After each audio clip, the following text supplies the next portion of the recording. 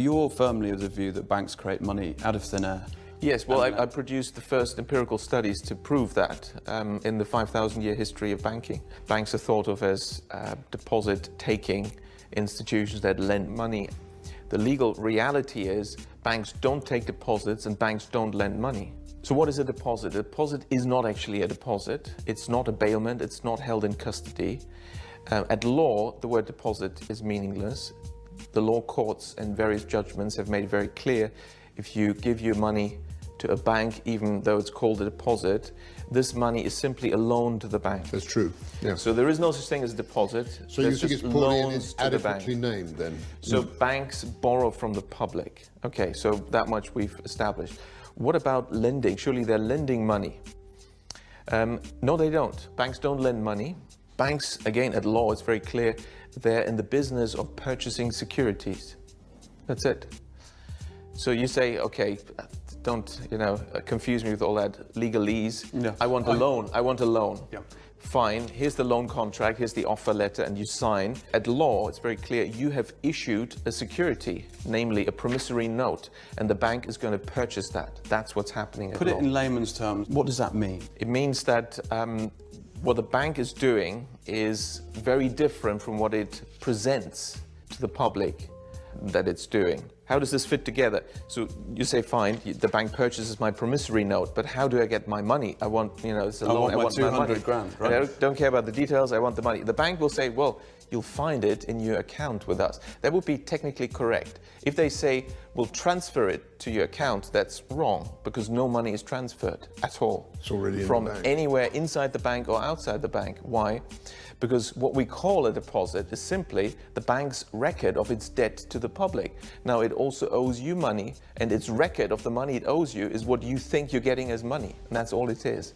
And that is how the banks create the money supply. The money supply consists to 97% of bank deposits, and these are created out of nothing by banks when they lend, because they invent fictitious customer deposits. Why?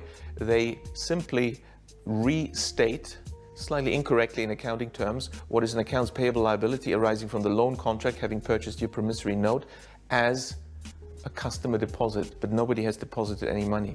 I wonder how the FCA deals with this, because in the financial sector you're supposed to not mislead your customers.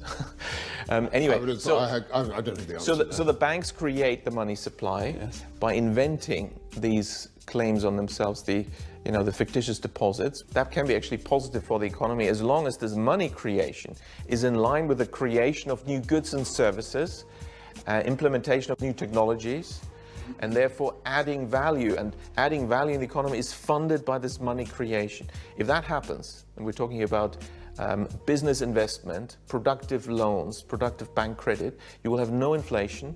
These loans can also be serviced and repaid, and you have a stable economy without problems and with low inequality. And so countries that achieve this, that the banks lend mainly for productive purposes, whether it's Germany in much of its 200-year history, or in the last century, the East Asian economies where bank credit was largely for productive purposes, then you're fine. But there's two more cases. I quickly need to point them out because that's the contrast. But just clarify that inequality is significantly lower? Lower, yes. Inflation is low? Yes, and you have stable growth. And the real economy thrives. Is booming, yes. That's when bank credit creation is focused on productive lending for productive purposes. As opposed to speculation and asset price. As opposed to, there's two other types. If banks create credit for consumption, it's obvious what's going to happen. You suddenly have more money created and more demand for goods, but it's the same amount of goods and services. So you're creating consumer price inflation. That's well understood, and central banks are watching that a little bit. And what's less well understood is, and what's the biggest in the UK, there's probably more than 70% of all lending, actually way more than that, is bank credit creation, so money creation for financial transactions, for asset transactions, for purchasing ownership rights. Now then you have a problem. Why? Because you're creating new money, but you're not creating new goods and services. You're simply... They're constant, aren't they? You're giving somebody new purchasing power over existing assets, and therefore you must push up asset prices. So this, You can draw a chart where you show, you know, asset prices, land prices, property prices in the UK, and they will match very closely as I've shown in Japan and other countries. And that also creates the inequality. So when the banking sector has focused too much on unproductive lending, and in the UK it's dominant. It strikes me that what you're telling me, and tell me I'm wrong, is that lending, in order to get round this deposit stroke loan situation, needs to be categorized. You're right, exactly. Is that right? That's right. We need to look at where the money is going. That makes a whole world of difference. Okay. So if money is bank credit is extended for productive purposes, you're fine. You get a good economy, no inflation, and financial stability. And also, you don't have this inequality problem. And do you think there should be different capital ratios towards each? Capital, the whole Basel capital approach doesn't work. Why? Because it's premised on the idea that banks are just financial intermediaries. But they're not. They're money creators. We need bank regulation that recognizes reality of how the banks actually operate. So what you're saying, this is a regulation problem? Clearly, yes, it's a regulation problem. That's right. We need different regulation. And the only regulation that actually has succeeded in history, and we have good data for the 20th century in particular, in preventing asset bubbles and banking crises, which are all driven by this bank credit for financial transactions. You know, leads to this asset boom, and it's a game of musical chairs. You know, you have to play it. It's rational to play it while the music is playing, which is how asset prices are driven by ever more bank credit for financial transactions. The moment it stops, asset prices fall. You get the first bankruptcies, banks get risk averse, the whole thing goes into reverse and banks go bust.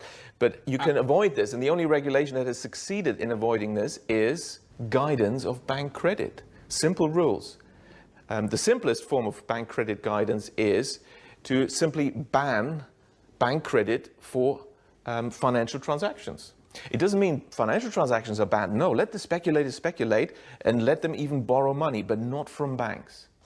That would make a whole world of difference. Who do they borrow it from? Well, they can issue bonds or, you know, borrow in the markets, whatever they want. But that's risk reward. But they shouldn't get access to the public privilege of money creation, you see. I know what you mean, yeah. And that creates the problem, that creates the boom-bust cycles. But in some countries, they've succeeded in preventing this asset inflation. Which ones? Such as Germany, without even credit guidance, by having a banking structure, a banking system that's dominated by banks that don't want to do this financial speculation in the first place. These are the community banks. So Germany was 70% of banking. What do you call the Landesbanks? Being, yeah. No, not the Landesbanks, the smaller ones, the 1,500 Volksbanken, Raiffeisenbank. Okay. They're actually the main banks in Germany. There's so many of them, each is small. And they lend mainly for productive purposes to small and medium-sized enterprises. The Mittelstand, which has been the backbone of German economic success for the last 200 years despite wars and disasters, has only been successful because they also have to have local small banks funding them all the way through. That doesn't exist in the UK, and that's been why the small and medium-sized enterprise sector always has had a problem in the UK. So we're stuck with speculation and horrific property porn renovation shows. Well, the solution is, of course, to create these small banks. We need to create small banks. They're the natural lenders to small firms. The public wants stable growth, none of this boom-bust cycle, banking crisis, public money used to bail out banks. People don't want that. In Germany, these community banks, it's very interesting because they've never used public money. In these 200 years, not a single one has ever been bailed out with public money, and no depositor has lost any money. Although, Richard, your argument is complex, principles are terribly simple. It is very simple. And although you're a little defeatist... I'm not maybe I'm defeatist, but I like it. But it's just the idea of, how can I put it? Go on. Getting through the regulatory, they are so reluctant. But that's why it is hard work. But that's why we got you in. We're gonna have you as the ambassador. I have to say, this has been brilliantly explained. We open with the question: do we have a finance curse? Does the UK have a finance curse, David? No. I think it has difficulties, but I think those difficulties have appeared insurmountable 5 years ago. Now I think the occasion says that it's much better, but there is this severe danger of over-regulation, which is completely understandable, not wanting a replication of what happened in 2008. Has the UK got a finance curse? Is it a trick question? Because the UK doesn't have finance. The City of London has, and is not part of the UK. Good answer. Good answer. It's international, he's right. The City of London is outside the United Kingdom. Do you know that? It's really shocking. And therefore, it's also not part of the EU, which explains although it couldn't be part of the EU because you have to have democratic elections, and the City of London doesn't, right? It's the banks that have the votes, right? Right. Per staff, you know. I The never- voting I system. never knew How that. do you start unpicking this puzzle? I never knew. That's a very useful piece of And information. of course, it's not part It's of a the pretty dangerous piece and of it- information. And it's not part of the UK because the Queen is not allowed to enter without permission. She's not the sovereign, therefore it's not part of the UK. You know, and of course that's since 1688, I have to make another. since the foreign invasion. There you go, David. That dinner you're going